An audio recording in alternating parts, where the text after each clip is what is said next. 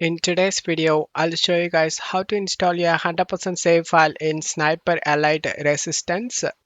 Check my video description for this 100% save file download link. Once download done, right click and select WinRAR and select the Open with WinRAR. Open 100% save and press the keyboard Windows key and R key together and type percentage local app data percentage again.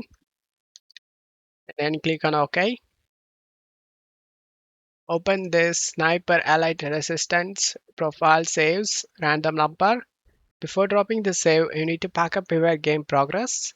Right click on blank area and select new and select folder. Name this folder backup and drag and drop your game progress inside the backup and drag and drop the 100% save in this location and launch the game. Once you are in game, select the play option. Inside campaign, select mission and choose the mission you like to play. To show you guys the save is working, I'm gonna start this game.